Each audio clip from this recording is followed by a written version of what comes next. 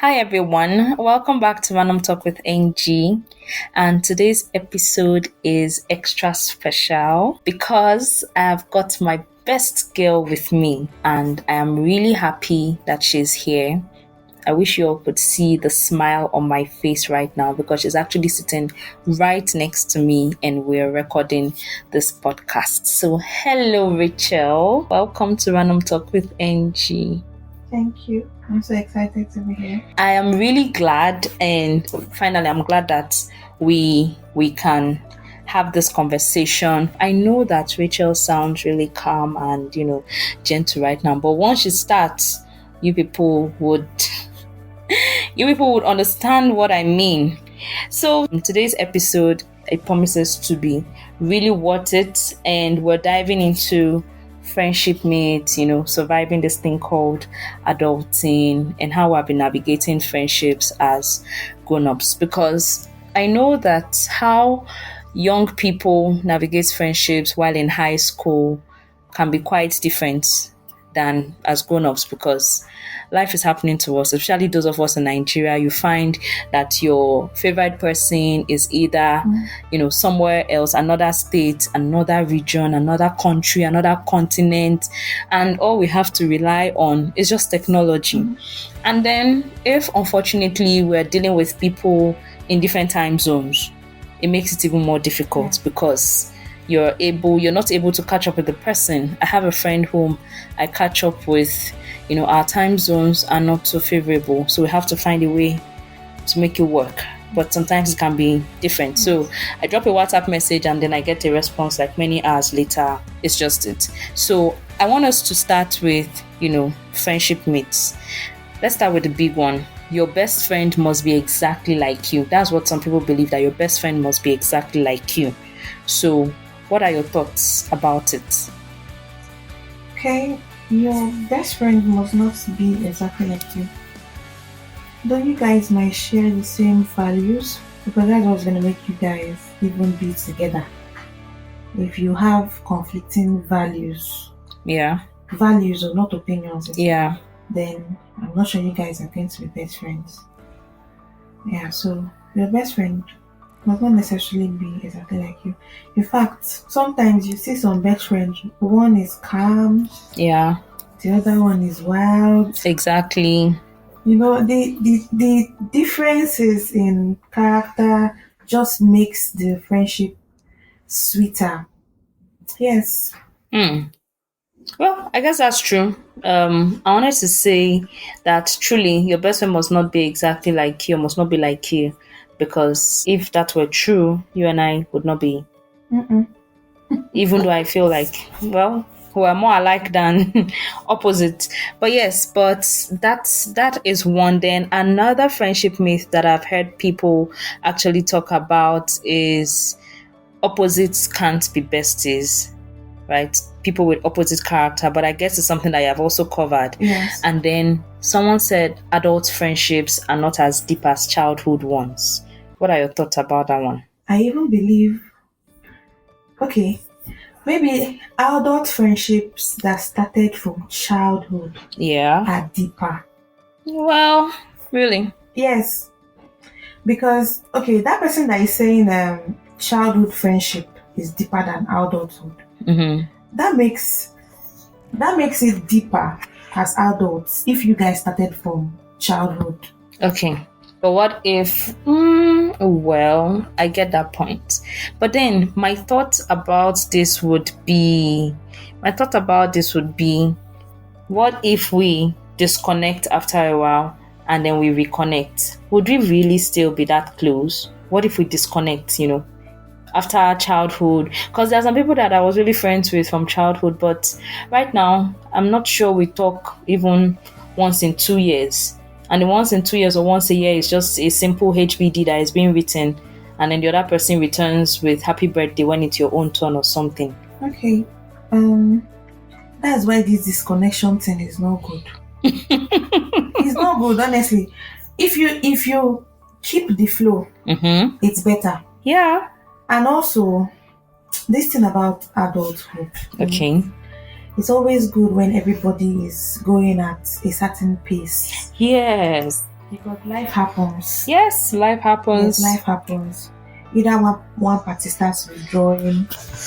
Very true. Because they Okay. feel inadequate. Yes. So, but if everybody's going at the same pace, Life is easier. in fact, they would like for us now. I'm not sure there's any time we literally did not communicate at any point in our lives that we were not communicating. Maybe we just kept mute for a while. And also these things sometimes some people bottle some things in their mind. Very true. Maybe we've not spoken for like 1 week. Instead of you to reach out, you say, why has this person not reached out? Yes. You bottle it in your mind, and before you know, from one bad thought, one bad thing in your mind, it starts breeding other things. And then when the person even finally reaches out, you are not, you already have this resentment, like, okay, why are you reaching out? You understand? So it's not always good to break the flow. Yes, but you know that some childhood friends, they only bonded over meat pies at break time. But with regards to adulthood friendship, that was when you really knew who can send you transport money or who you can call when you're crying in the bathroom at work. Another thing is excess friends. Some people have too many friends. Some people do not even know how to distinguish between friendship, friends, acquaintances, colleagues. Yes. You meet my friend, meet Exactly. my friend. No, not everyone is your friend. So they have so many people. Some people, their life story is with everybody. Very You don't true. have particular people that you can tell some things that are dear to you. You tell it to the whole world. Everybody that once somebody says Every hello, Tom, Dick, and Harry pretty much knows. you registered the person. So how will you now know somebody who is very dear to you, someone you can share private moments with? Yes, that is it. Then another myth that some people have said exists is that if you don't talk every day, the friendship is not real, and it makes me laugh. That's not true. Because adult life is wild. Mm-hmm. We're going through a lot of things. I mean, even twins, they don't necessarily talk every second of every day. They can catch up at the end of the day, catch up at specific times during the day.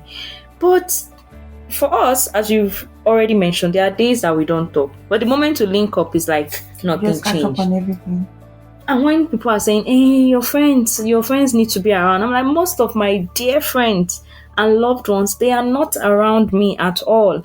But the moment we catch up, and we don't necessarily talk every day, but then we can always pick up the conversation. And someone's like, if you're my friend, if you're my close friend, there's no way I'll not hear from you every day. I'm like, it's like life has not happened to you. If you feel you need to talk to somebody every day for you guys to define the friendship, something is definitely wrong with you. Very true.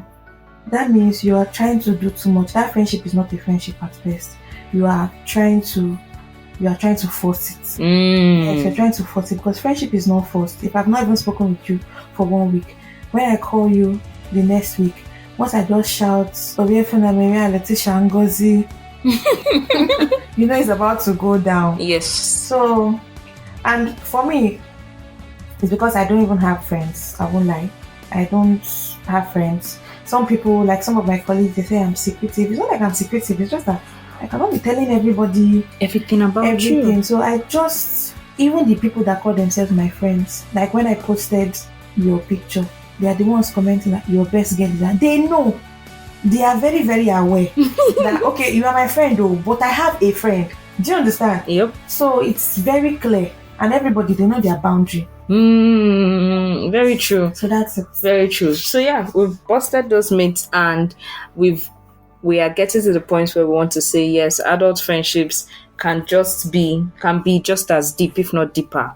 So I want us to explore surviving adulting together because adulthood is a different ball game. And life comes to you with different things: growth, relocation, marriage, childbirth, careers, because you choose different career paths. Adulting is honestly a scam no one warned us about. So easy. At all. I know those days our parents would warn us that calm down, enjoy life, don't rush, you will get there. But for us, we just felt like we wanted that freedom, we want to be adults, we want to make our own, but now bills have come in, work stress has come in, family expectations, and the worst part, or not necessarily the worst part for some people, cooking for yourself every day, or cooking for your family every day. Even if you say, oh, you have someone that helps, you still have to supervise the person to make sure that everything is going well. And don't forget the career pressure or business pressure. Yes. Right? Because there are days when you don't want to just rant to your friend and say, what am I even doing with my life? Relationship hassles. You'll be asking yourself, like, how do I navigate this particular phase of my life? And then your own job will now be to say, hey, relax, you're doing okay, let's just do it this way, let's do that way, find something to distract yourself, all this other stuff. Now the question is, how best do you think people can survive friendships as adults? How have we been surviving, Biko? Okay. Personal experience, I think communication. Yeah. Communication, and it's basically communication. Because all these things you mentioned now, these are the things that can cut the flow, like we said the other time. Yeah. That can make you not reach out for a while, and then when they ask you, you say life has been happening to you. But when there is communication amongst friends, then I think the friendship will go on. It's just not to break that flow. Okay, not breaking the flow. You feel like not breaking the flow would help people juggle friendships in the midst of all this chaos. And it's true, actually, because beyond friendships, if you even say for siblings that are friends, there has to be some bit of communication, and at least it won't be one-sided. I remember someone who used to be very close, or whom I used to be very close to, and then for every time it felt like I was always the one reaching out, and I would always ask, like, oh, what's going on, are you okay? She said, oh, I'll call you back. Like, why should I be the one reaching out to you? For like 2-3 years, I did not even know if it was a case of whether she was trying to avoid me. I have patience, Abby, but when I think about the times that we really bonded, so I tried to always catch up, and the person was not forthcoming, and then I just knew that, well, let's just leave it as it is. Let's just let it die a natural death so that everyone can have peace. Because every time I'll say, but I'm always the one reaching out. Are you okay? What's going on? You cannot even ask after me. No problem. I'll ask after you. I'll reach out to you later. You start feeling like a pest. I started feeling like I was actually disturbing the person, or I was being forced to be in the person's life, and I just had to withdraw and tell myself that, oh, you can do better. You have other people that love you. I have someone like that. This person used to be quite, close. She's a colleague. So I know we used to talk, regularly. Either she would comment on my status or I would on hers. We would talk about, when she was having relationship crisis, we always talk. And after some time, I just discovered that I wasn't seeing her status any longer. I didn't just hear from her for a while. That was really weird. Like, we cannot go that long and we've not spoken. So what did I do? I tried reaching out to her. She wasn't taking my calls. I was still trying to give her the benefit of doubt. I didn't want to conclude because I sent her messages on WhatsApp. There was no reply. I called her, so I had to call her family member. Thank God I had a family member's number. So I called the sister, and the sister was like, oh, there's nothing wrong with her. Let me tell her. And then immediately I got a message from her on WhatsApp. She said, sorry, that it's just that she's been off lately. Life, normal now. My sister, that was the last time I reached out to. Okay, so you are fine. You just decided. So that was the last time I reached out to her. So she hasn't reached out to me, and I'm definitely not going to be the person to reach out to her. I wish her well and all of that, you understand? But I know I love myself enough to be in my space, to maintain my integrity and my dignity. So okay, I get that. And I mean, I understand that there are times when as humans we go through a lot and want to go through that lot on our own, right? But as we've previously said, communication is just key. Because I have friends that they reach out. We don't go a long time without talking, and it's not like I'll stop seeing their status. Meanwhile, they are still posting. But it's just a case where they will tell you that, oh, I'm just dealing with some things right now. I don't even see her status, but she always views mine. So and then I will see some people repost what she posted. Oh, you understand? So, and I'm like, I know I didn't do anything. to her. You understand? So because if I did something when she reached out that time, she would have said this is what you did, but she was fine. But some people don't know how to express themselves. She's expressive. It's not someone that used to talk every time. She's very expressive. So I don't know why there was a sudden withdrawal. Though I later heard that a lot of, things happened. But I mean, that's one thing about communication. If I say you're my friend and I'm going through stuff, you shouldn't be the person at the receiving end of what I'm going through. At least, even if I don't want to relate to you exactly what I'm going through, I'll tell you, Marianne, I'm going through some things, you understand, because you reached out to me, not just making it feel like you are the witch in my life. Yep. Because that's how they make you feel. So, yeah, that's true. I totally agree. And now that we're on that part, let's pretty much talk about navigating friendships in adulthood as a whole, because making friends as kids was easy. We could just see something that binds us together. You like cartoons, me too. You like Barbie, me too. I like Barbie. We're besties, and everybody just say, oh, this person is my bestie. But as adults, someone would say that it's like dating, so much harder. Yes. Because truly, having a friend, making a friend as an adult is even more difficult than finding someone to date and be dated. That's why I said it's deeper than childhood, because during adulthood we are very intentional. Yes. I am very intentional about the friends I am. In fact, sometimes some people really want to be your friend. Yep. But you don't want exactly. You don't even want it. Because when you are friends with people, somehow you guys will talk now. You will say some things, and there are some people I just don't want you to have that I don't want you privilege to have and access. I don't want it. It's true, because again, what I was about to mention is that boundaries matter. And that's one thing I've learned, that friendship in adulthood, when it comes to friendship in adulthood, boundaries matter. I mean, we're all close friends, but again, everyone still has things that they are dealing with personally. You cannot know 100% about someone. And then there are situations whereby your own life path is different, my own life path is different. So it's all about, respecting space, but still showing up when it counts. Because some people feel like they must be in your face every single time. But no, you have to still be able to respect boundaries, give the person some breathing space, but still show up. I did for you every single time, whenever you need me. Some people that say they are your friends will never check up on you only when they have something they want to get from you. Yeah, one-sided. Yes. They are users. The only time they tell you hi is when they want to ask you for something, ask you for a favor, or, just something. Why must it be that every time you are on my, like you're in my face? Once I see your message, I just know that, I don't want to respond to this. And some people, those are the kind of friends they want. They want friends that they can always leech on.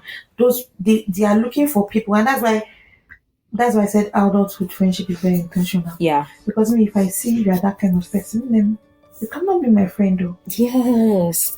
Because you always want to be the taker. You want to always be the receiver, but you're not willing to give. And yes, it's also important that we note that not every friend will walk every stage with you. There are some friends that are made for particular seasons. Yes. Sometimes we would have to grieve the friendships that never, went with us to the next season, because they were just built for that particular season. Sometimes, do you think that people outgrow friendships? Yes, people outgrow friendships. Sometimes, that's why I said, for somebody to be your friend, you guys have to share the same values. True. Because let's say, okay, let me not take it to that direction, but once your values change, sometimes you just have to, drop some kind of friends who are not sharing the current value you now, have. So that's very true. I mean, and truly, the ones that are meant for you will definitely stick. Mm-hmm. So, what's one thing you value about adult friendship?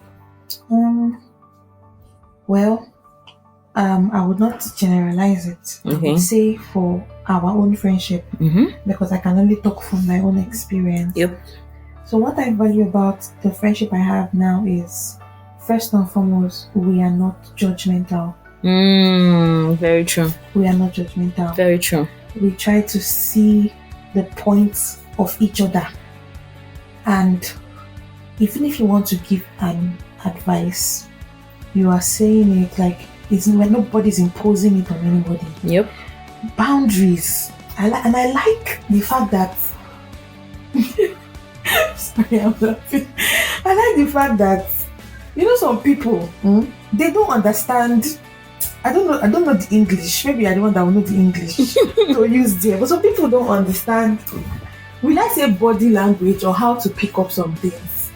Like, you should know when you are probably crossing a boundary or about to cross a boundary, and just know how to withdraw. It's not everything, even as friends. Yep. It's not everything you can say. Yes. I might see something I want to tell you, but that might not be the perfect moment to say it. I might just allow situations to bring the perfect moment, and I would chip it in. Sometimes, it even happened this night. Sometimes you even be the one to now say it, and I'll be like, I wanted to say this. You understand? So that's one thing I love about friendship: sensitivity. Yeah. You must be sensitive. Not just opening your mouth anyhow. Sometimes even talking when they did not ask you. Yeah. Yes, sometimes some people cannot sit in silence. If they didn't ask you, you just dabble into it as if you don't know that person also has, privacy. Yep. And that. So I think those are and then the pure love of friendship, man. Friendship is just wonderful. And then you just see you guys have evolved, and it's just a beautiful thing. As you spoke about evolution, I remember that picture that we took on Jane's Day. There's no harm not posting that picture soon. Yes, but thank you. For me, it's actually support. Knowing that there's someone that is cheering you behind the scenes, someone that is so proud of you. Exactly. Outside of family, like the person can be like, that's my friend, Zero right? competition. It's zero competition. No, the two of you can decide to take trips together, and nobody will tell you that you're being wasteful. Yes. It's that simple. And everybody knows how to appreciate the other person's life and say, okay, this is the path that you are towing. This is where life has drifted you to. And I think it's very lovely. And I see it among some of my friends that have close female friendships. And I love the kind of pure love. Even amongst the other female friends I have, it's how even if you're in Jericho and I'm in Jerusalem, we're still able to bond and everybody still has that respect for one another. And it makes sense. So, Rachel, thank you for agreeing to have this conversation with me on friendship myths, about navigating friendships and, in adulthood. And I really, truly, truly appreciate your time. Thanks for having me. And with that, we've come to the end of yet another episode on Random Talk with NG. I hope today's episode resonated with you, where my best girl Rachel and I shared some thoughts on surviving adulthood, and we also talked about friendships and debunking friendship myths. If this episode made sense to you, then by all means, please don't forget to leave a comment for me for more reach, share, subscribe, and more importantly, share with someone whom needs to listen to this. Feel free to reach out to me on Instagram and TikTok at Random Talk with NG. You can also shoot me a mail at mnobiefuna@gmail.com. Till I come your way next time, this is Random Talk with NG with Ngozi Obiefuna. Have a fantastic week ahead.